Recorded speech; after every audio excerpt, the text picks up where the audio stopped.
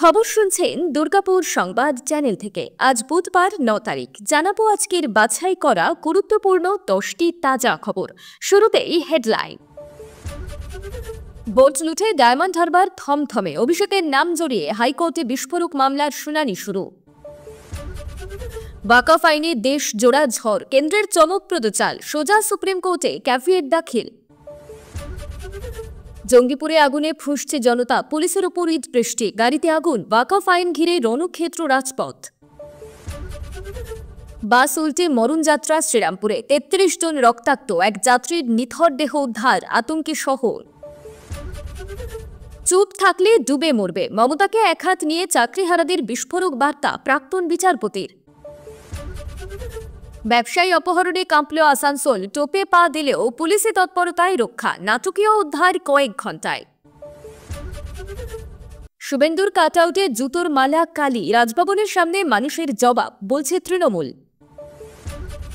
তৃণমূলে আগুন ছড়ালো কল্যাণীর গর্জনে, নারদার চোর বলে সৌগত রায়কে নজিরবিহীন আক্রমণ।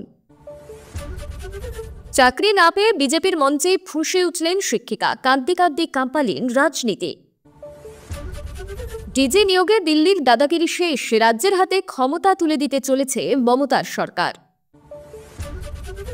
এছাড়াও রয়েছে আরও বেশ কিছু গুরুত্বপূর্ণ খবর। পুরো বিস্তারিত জানতে ভিডিওটি শেষ পর্যন্ত শুনুন। ডায়মন্ড হারবার লোকসভা কেন্দ্রের নির্বাচনী ফলাফল ঘিরে এক বড়সড় মোড় কলকাতা হাইকোর্ট গ্রহণ করল অভিষেক বন্দ্যোপাধ্যায়ের বিরুদ্ধে দায়ের হওয়া নির্বাচনী মামলা। মামলাটি দায়ের করেছিলেন বিজেপি প্রার্থী অভিজিৎ দাস ওরফে ববি, যিনি ওই কেন্দ্রে 2024 সালের লোকসভা নির্বাচনে প্রতিদ্বন্দ্বিতা করেছিলেন। মঙ্গলবার বিচারপতি সুগত ভট্টাচার্য নির্বাচন কমিশন এবং ডায়মন্ড হারবারের ডিস্ট্রিক্ট ইলেকশন অফিসারকে নির্দেশ দিয়েছেন নির্বাচনের সঙ্গে যুক্ত সমস্ত তথ্য, সিসিটিভি ফুটেজ এবং ডিজিটাল নথি সংরক্ষণ করতে হবে। মামলার পরবর্তী শুনানি নির্ধারিত হয়েছে 5ই মে। বিজেপি প্রার্থীর তরফে আইনজীবী বিল্লদল ভট্টাচার্য জানিয়েছেন, এই কেন্দ্রের নির্বাচনে যেভাবে কারচুপি হয়েছে আদালতের নির্দেশে তার প্রমাণ সামনে আসবে বলেই আমরা আশাবাদী। 2024 সালের লোকসভা নির্বাচনে ডায়মন্ড হারবারে বিপুল ব্যবধানে জয় পান তৃণমূলের সর্বভারতীয় সাধারণ সম্পাদক অভিষেক বন্দ্যোপাধ্যায়। তিনি পেয়েছিলেন 10,48,230 ভোট, যেখানে তার নিকটতম প্রতিদ্বন্দ্বী অভিজিৎ দাস পান 3,37,300 ভোট। প্রায় 7,11,000 ভোটের ব্যবধানে জয়ী হন অভিষেক। সিপিএম প্রার্থী প্রতীকুর রহমান পেয়েছিলেন 86,954টি ভোট। নির্বাচনের পর থেকেই ফলাফল নিয়ে প্রশ্ন তুলে বিজেপি আদালতের দ্বারস্থ হয়। তবে প্রায় 7 মাস পর সেই মামলাটি এবার শুনানির পর্যায়ে এলো, যা নিয়ে নতুন করে উত্তেজনা তৈরি হয়েছে রাজ্য রাজনীতিতে। ওয়াকফ সংশোধনী আইনের বিরোধিতা করে একাধিক মামলা হয়েছে সুপ্রিম কোর্টে। আগামী সপ্তাহে সেগুলির শুনানির সম্ভাবনা। তারই মধ্যে মঙ্গলবার থেকে দেশে কার্যকর হল ওয়াকফ আইন। এদিন এক বিজ্ঞপ্তি জারি করে কথা জানিয়েছে কেন্দ্র। একই সঙ্গে এদিন সুপ্রিম কোর্টেও কেন্দ্রের তরফে ক্যাভিয়েট দখল করা হয়েছে। ওয়াকফ আইনের বিরোধিতা করে মামলাগুলিতে কোনো রায় দেওয়ার আগেই যেন কেন্দ্রের বক্তব্য শোনা হয়, সেজন্য এই ক্যাভিয়েট দাখিল করা হয়েছে। সদ্য সমাপ্ত বাজেট অধিবেশনে ওয়াকফ বিল পাশ করাতে তৎপর ছিল কেন্দ্র। গত সপ্তাহের বুধবার লোকসভায় প্রায় 12 ঘণ্টা বিতর্কের পর বিলটি পাশ হয়। বিলের পক্ষে ভোট পড়ে 288টি, আর বিলের বিপক্ষে 232টি ভোট পড়ে। পরদিন রাজ্যসভায় বিলটি পেশ করা হয়। সেখানেও প্রায় 13 ঘণ্টা বিতর্কের পর বিলটি পাশ হয়। পক্ষে ভোট পড়ে 128টি, আর বিপক্ষে 95 জন সাংসদ ভোট দেন। সংসদের 2 কক্ষে বিলটি পাশ হওয়ার পর তা রাষ্ট্রপতির কাছে অনুমোদনের জন্য পাঠানো হয়। রাষ্ট্রপতি তা অনুমোদন করেন। তারপরেই বিলটি আইনে পরিণত হয়। আর এদিন থেকে আইনটি দেশে কার্যকর হওয়ার বিজ্ঞপ্তি জারি করল কেন্দ্র। এদিকে ওয়াকফ আইনের বিরোধিতা করে একের পর এক মামলা হয় সুপ্রিম কোর্টে। এখনো পর্যন্ত 15টি মামলা হয়েছে। আগামী 16 এপ্রিল মামলাগুলি শুনতে পারে শীর্ষ আদালত। এই অবস্থায় শীর্ষ আদালতে ক্যাভিয়েট দাখিল করেছে কেন্দ্র। ওয়াকফ আইনের বিরুদ্ধে মামলায় কোনো রায় দেওয়ার আগে কেন্দ্রের বক্তব্য শোনার আবেদন জানানো হয়েছে। প্রিয় দর্শক, দুর্গাপুর সংবাদ, সত্যের সন্ধানে নির্ভরযোগ্য সংবাদ আপনার পাশে। আজকাল অনেকেই ভুল তথ্য ছড়াচ্ছে, কিন্তু আমরা শুধুমাত্র সত্য ও যাচাই করা খবরই আপনাদের কাছে পৌঁছে দিচ্ছি। কোনো পক্ষ নয়, শুধুই প্রকৃত সংবাদ। আমাদের লক্ষ্য 1000 লাইক। যেই জেলা থেকে সবচেয়ে বেশি কমেন্ট আসবে সেই জেলার খবর আমরা আরও বেশি কভার করব। আপনি জেলা থেকে শুনছে, কমেন্টে জানান। রণক্ষেত্র মুর্শিদাবাদের জঙ্গিপুর। নয়া ওয়াকফ আইনের প্রতিবাদে বিক্ষোভকারীদের হাতে আক্রান্ত পুলিশ। আগুন ধরিয়ে দেওয়া হলো পুলিশের গাড়িতে। লাগাতার চলল ইট বৃষ্টি। পাল্টা বিক্ষোভকারীদের থামাতে পুলিশকে ছুটতে হয় কাঁদানে গ্যাসের সেল। থমথমে গোটা পরিস্থিতি। আরও পুলিশ ফোর্স নিয়ে আসা হচ্ছে বলেই জানা গিয়েছে। বস্তুত গোটা দেশ জুড়ে নয়া ওয়াকফ আইনের প্রতিবাদ চলছে। কলকাতার পার্ক সার্কাসেও এই প্রতিবাদ চলছে, কিন্তু মুর্শিদাবাদের ঘটনা কার্যত হিংসাত্মক রূপ নিয়েছে। জানা যাচ্ছে, যে সময় ওয়াকফ আইনের প্রতিবাদ চলছিল সেই সময় পুলিশ ব্যারিকেড করে তা আটকানোর চেষ্টা করে। সেই সময় বিক্ষোভকারীদের সঙ্গে পুলিশের ধস্তাধস্তি হয়। অভিযোগ, সেই সময় মিছিলের বড় অংশ আচমকাই মারমুখী হয়ে ওঠে। পরপর পুলিশের গাড়ি ভাঙচুর করা হয়। এরপর পুলিশের গাড়িতে আগুন লাগানোর অভিযোগ ওঠে বিক্ষোভকারীদের বিরুদ্ধে। শুধু তাই নয়, ওর দিকে লক্ষ্য করে ছোড়া হয় ইট পাটকেল। বলা চলে, কার্যত রাস্তায় তাণ্ডব চালায় বিক্ষোভকারীদের একাংশ। শুধু পুলিশের গাড়িই নয়, সাধারণ একটি গাড়িও ভাঙচুর করা হয়েছে বলে খবর। জানা যাচ্ছে, বেশ কয়েকজন পুলিশ কর্মী এই ঘটনায় আহত হয়েছেন। তবে কয়েকজনের আঘাত লেগেছে সেই সংখ্যাটা এখনও জানা হয়নি। জানা যাচ্ছে, পরিস্থিতি শান্ত করতে মুর্শিদাবাদ থেকে আনা হচ্ছে পুলিশ ফোর্স। পূর্ব বর্ধমানের শ্রীরামপুরে ভয়াবহ দুর্ঘটনা। যাত্রীবাহী বাস উল্টে মৃত্যু হয়েছে একজনের, আহত প্রায় 33 জন। জানা গিয়েছে, মঙ্গলবার সকাল 9টা নাগাদ যাত্রীবাহী বাসটি পান্ডুয়া থেকে কালনার দিকে যাচ্ছিল। একটি টোটোর সঙ্গে সংঘর্ষ এড়াতে বাসের চালক ব্রেক কষেন, যার জেরে উল্টে যায় বাসটি। দুর্ঘটনার জেরে চিৎকার করতে থাকেন ওই বাসে থাকা যাত্রীরা। সে চিৎকার শুনে উদ্ধার করতে যান স্থানীয়রা। জখম অবস্থায় 33 জনকে উদ্ধার করে কালনা সুপার স্পেশালিটি হাসপাতালে ভর্তি করা হয়েছে। সেখানেই জখমদের চিকিৎসা চলছে। এই দুর্ঘটনার ফলে একজনের মৃত্যু হয়েছে। খবর পেয়ে দুর্ঘটনাস্থলে পৌঁছয় পুলিশ। সূত্রের খবর, জখম যাত্রীদের মধ্যে 2 জনের অবস্থা আশঙ্কাজনক। দুর্ঘটনাগ্রস্ত বাসটি পান্ডুয়া কালনা রুটের। পুলিশ জানিয়েছে, দ্রুত গতিতে যাচ্ছিল বাসটি। উল্টো দিক থেকে একটি টোটো আসছিল।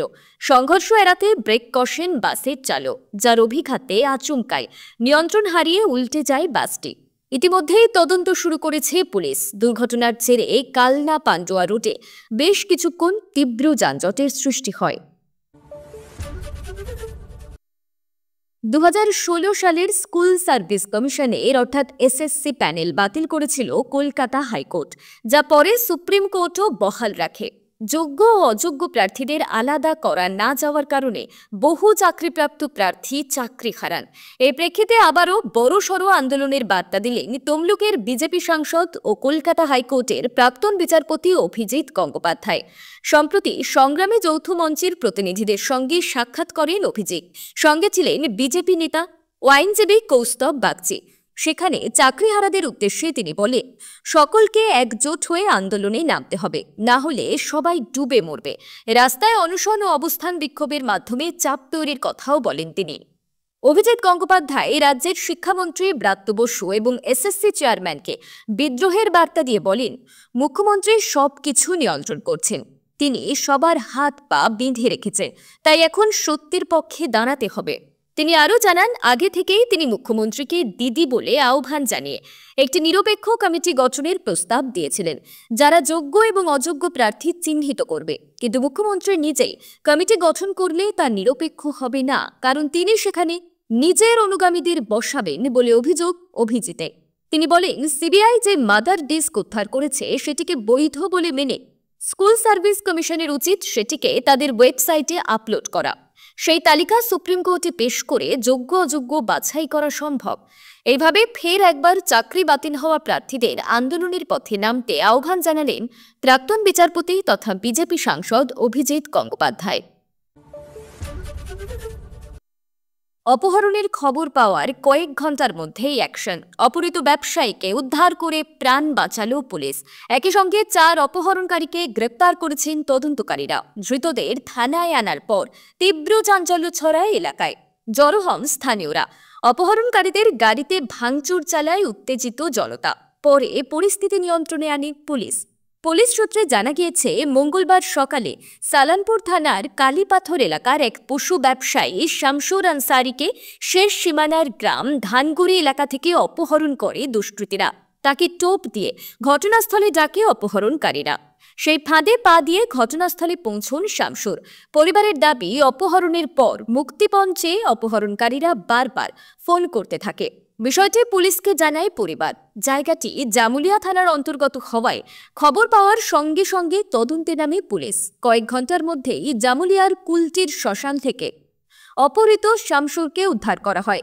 সঙ্গে 4 জন অপহরণকারীকে আটক করে জামুলিয়া থানার পুলিশ নিয়ে যায়। এরপরে ধৃতদের সালানপুর থানার পুলিশের হাতে তুলে দেওয়া হয়। এদিকে অপহরণকারীদের সালানপুর থানায় নিয়ে আসার পর তাদের গাড়িতে ভাঙচুর চালায় উত্তেজিত জনতা। অপহৃত ব্যবসায়ী আতঙ্কের মধ্যে রয়েছেন বলে জানিয়ে শামসুল বলেন, আমাকে ডেকে নিয়ে বন্দি করা হয়, মারধর করা হয়, ওদের কাছে অস্ত্র ছিল। এখন আর কিছুই বলতে পারছি না, আতঙ্কে রয়েছে। স্থানীয় একজন বলেন, পুলিশ ভালো কাজ করেছে। ঘটনার খবর পাওয়ার পরে মোবাইল ফোন ট্র্যাক করা থেকে বিভিন্ন উপায় অপহৃত ব্যবসায়ীকে উদ্ধার করা হয়। অপহরণকারীদেরও গ্রেপ্তার করা হয়েছে। রাজ্যের বিরোধী দলনেতা শুভেন্দু অধিকারী কাটআউটে জুতোর মালা, কালি। মঙ্গলবার রাজভবনের গেটের বাইরে ঘটল এমনই ঘটনা। হাওড়া ডিস্ট্রিক্ট সাংস্কৃতিক উন্নয়ন মঞ্চের তরফ থেকে এই কর্মসূচি এদিন নেওয়া হয়। ঘটনায় বিজেপির তরফ থেকে ক্ষোভ প্রকাশ করা হয়েছে। পুলিশি নিষ্ক্রিয়তার অভিযোগ তুলছে বঙ্গ বিজেপি নেতৃত্ব। এই ঘটনা নিয়ে মন্তব্য করেছেন তৃণমূল কংগ্রেসের অন্যতম রাজ্য সাধারণ সম্পাদক কুণাল ঘোষ। আগামী বছর বাংলায় বিধানসভা ভোট। বাংলায় বিজেপি হিন্দুত্ববাদীর জোরালো তাস খেলতে চাইছে, সে অভিযোগ উঠেছে। হিন্দুত্ব নিয়ে প্রচারের মধ্যে দিয়েই বাংলায় সাম্প্রদায়িক রাজনীতি করছে বিজেপি এবং শুভেন্দু অধিকারী। সেই অভিযোগ উঠেছে রাজনৈতিক মহলের একাংশের থেকে। এবার রামনবমী ঘিরে রাজ্যের বিভিন্ন জায়গায় হিন্দুত্ববাদের জিগির তুলেছিলেন শুভেন্দু অধিকারী, সুকান্ত মজুমদার, দিলীপ ঘোষেরা। বাংলার সাম্প্রদায়িক সম্প্রীতি নষ্টের চেষ্টা চলছে, সেই অভিযোগ ওঠে। এইসব ইস্যু নিয়েই কলকাতার রাজভবনের গেটের বাইরে এদিন জড়ো হয়েছিলেন হাওড়া ডিস্ট্রিক্ট সাংস্কৃতিক উন্নয়ন মঞ্চের সদস্যরা। বেশ কিছু সময় বিক্ষোভ চলে। বিক্ষোভকারীরা শুভেন্দু অধিকারীর একটি কাটআউট সঙ্গে নিয়ে এসেছিলেন। সেই কাটআউটের গলায় জুতোর মালা পরানো হয়। শুধু তাই নয়, কালিও দেওয়া হয় কাটআউটে। সংগঠনের সভাপতি শ্রীকান্ত ঘোষ শুভেন্দুকে দুর্নীতিগ্রস্ত বলে কটাক্ষ করেছেন। বিজেপি এবং শুভেন্দু অধিকারীরা বাংলার বুকে সাম্প্রদায়িক রাজনীতি করছেন, এই অভিযোগ তুলে রাজ্যপাল সিভি আনন্দ বোসের কাছে ডেপুটেশনও দেওয়া হয়েছে বলে খবর। এই ঘটনা নিয়ে ক্ষোভ প্রকাশ করেছেন বিজেপির পরিষদীয় দলের মুখ্য সচেতক শঙ্কর ঘোষ। পুলিশের সামনেই এই বিক্ষোভ হয়েছে। রাজ্যপালের এই বিষয়ে ব্যবস্থা নেওয়া উচিত বলে তিনি দাবি করেন। এই ঘটনা নিয়ে মন্তব্য করেছেন কুণাল ঘোষ। তিনি জানান, হাওড়া সহ অন্যান্য জায়গায় ধর্মের নামে অশান্তি ছড়ানোর চেষ্টা হয়েছে।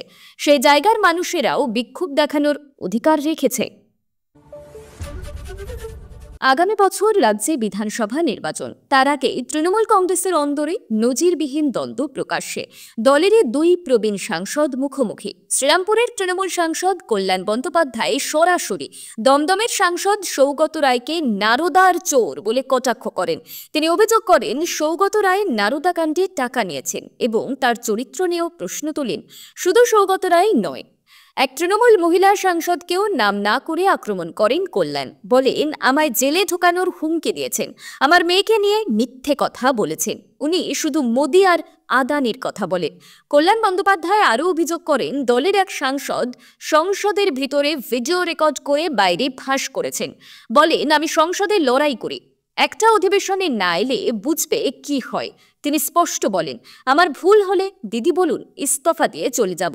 তৃণমূলের এই অন্তরের বিবাদ ইতিমধ্যেই সরব হয়েছে বিজেপি। অমিত মালব্য থেকে আইনজীবী তরুণজ্যোতি তিওয়ারি, বিজেপির একাধিক নেতা সোশ্যাল মিডিয়ায় কটাক্ষ করতে শুরু করেছেন। তৃণমূলের এই ভেতরের লড়াই রাজ্য রাজনীতিতে জোর শোরগোল ফেলে দিয়েছে। ভোটের মুখে এই সংঘাত শাসক দলের ভাবমূর্তিতে বড় প্রভাব ফেলতে পারে বলেই মনে করছে রাজনৈতিক মহল। ডিআই অফিসে তালা ঝুলিয়ে বিক্ষোভ দেখাচ্ছিলেন বিজেপি কর্মীরা। মাইকিং করে দেওয়া হচ্ছে স্লোগান। সেই শব্দই কানে যায় ডিআই অফিসের কাছেই থাকা এক চাকরিহারা শিক্ষিকার। বিক্ষোভস্থলে ছুটে আসেন সেই শিক্ষিকা। আন্দোলনকারীদের কাতর অনুরোধ, এই বিষয়টি নিয়ে যেন রাজনীতি না করা হয়। শিক্ষিকার প্রতিবাদ দেখে হকচকিত হয়ে যান উপস্থিত রাজনৈতিক কর্মীরাও। মঙ্গলবার দুপুরে সিউড়ির বড়বাগান মোড় থেকে বিজেপির মিছিল শুরু হয়। সেখানে উপস্থিত হন বিজেপির রাজ্য সাধারণ সম্পাদক জগন্নাথ চট্টোপাধ্যায়, জেলা সভাপতি ধ্রুব সাহা সহ অন্যান্যরা। মিছিল শেষে ডিআই অফিসে তালা ঝুলিয়ে বিক্ষোভ দেখায় বিজেপি। বিজেপির সেই কর্মসূচিতে ছুটে আসেন অর্পিতা ঘোষ নামে এক চাকরিহারা শিক্ষিকা। বিজেপি কর্মীদের সামনে হাত জোর করে তিনি বলে, আমাদের নিয়ে রাজনীতি করবেন না, এটাকে ইস্যু করবেন না। এটাকে নিয়ে রাজ্যে পালা বদল হবে না কি হবে সেটা আমরা জানি না। আমাদের দোষটা কোথায়?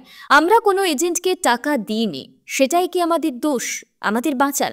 সেই শিক্ষিকার বক্তব্য, আমার চাকরিটা ছেড়ে বেরিয়ে যেতে পারে, কিন্তু আমাদের দোষটা কোথায় সেটা তো বলা হবে। এটুকু তো আমরা চাইতেই পারি আমাদের দেশের কাছে। শিক্ষিকার কথায়, আমরা তো কোনো রাজনৈতিক দলের সঙ্গে যুক্ত নই, শুধু সত্যের পাশে যাতে সবাই থাকেন সেই আর্জি জানান ওই শিক্ষিকা। বিজেপির রাজ্য সাধারণ সম্পাদক জগন্নাথ চট্টোপাধ্যায় বলেন, উনি পাশেই থাকেন। আমাদের আন্দোলনের অভিঘাত শুনে উনি ছুটে এসেছেন। কোথায় যাবেন ওনারা? আমরা তাদের জন্যই আওয়াজ তুলছি। রাজ্যের পুলিশ প্রধান বা ডিজি নিয়োগের ক্ষেত্রে আর দিল্লির মুখাপেক্ষী হয়ে থাকতে হবে না। সেক্ষেত্রে ডিজি নিয়োগে রাজ্য সরকারের নিজস্ব বিধি থাকতে হবে।